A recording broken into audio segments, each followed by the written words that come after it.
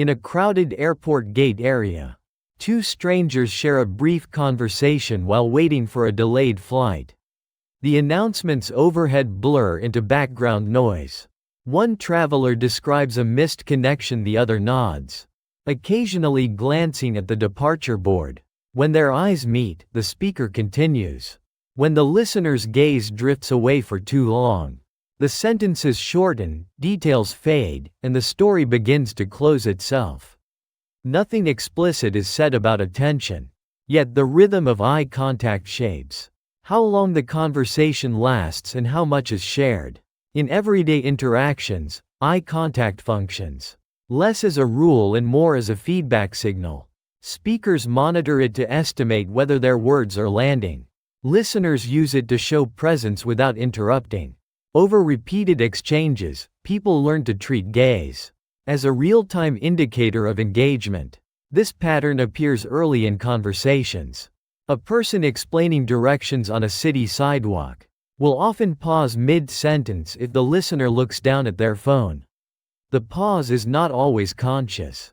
It emerges from a decision shortcut. Reduced eye contact suggests reduced attention, which lowers the expected value of continuing in detail. Instead of asking, "Are you still listening?" the speaker trims the message. Landmarks are simplified. Optional details disappear. The route becomes shorter, both verbally and cognitively. Eye contact helps manage conversational risk. Sharing information, especially personal or uncertain details, carries the possibility of indifference or rejection. When a listener maintains steady but not fixed eye contact, it signals a low-risk environment for continuing. The speaker may add context, clarify emotions, or extend the narrative. When that visual signal weakens, eyes scanning the room, checking a watch, shifting to a screen, the perceived risk rises. The speaker often retreats to safer ground, neutral topics, shorter statements, or polite closure. These adjustments happen without formal negotiation. Over time, people learn that sustained eye contact tends to correlate with responses, follow-up questions, and reciprocal sharing. The behavior becomes self-reinforcing. Engagement invites more engagement. Environmental conditions also shape how eye contact is interpreted. In a dimly lit restaurant, brief glances may carry more weight because visibility is limited. In a brightly lit open office, constant eye contact can feel intrusive, prompting shorter intervals of gaze that still signal attention.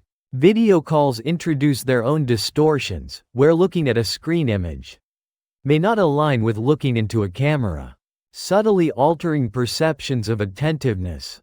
People adapt. They exaggerate nods, increase verbal affirmations, or lean forward slightly to compensate for uncertain visual cues. The goal remains the same: to signal engagement clearly enough that the conversation continues. Repeated interactions refine these signals. A teacher scanning a classroom learns to distinguish between students who meet their gaze briefly before taking notes and those whose eyes never return. A barista recognizing a regular customer may hold eye contact a fraction longer, acknowledging familiarity without words. In both cases, gaze becomes part of a shared shorthand that reduces the need for explicit checks of attention. Subtle shifts occur within single conversations as well. During complex explanations, listeners often increase eye contact to signal effort and understanding. During moments of reflection, they may look away, not to disengage but to process. Speakers who interpret every glance away as disinterest may rush, while those who recognize the pattern may allow silence to do part of the work. Over time, people calibrate these interpretations through experience.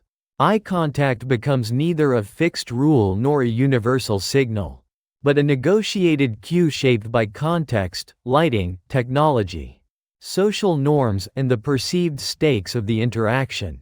Even in brief exchanges between strangers, the presence or absence of a returning gaze can determine whether a conversation expands into shared stories or settles into polite minimalism.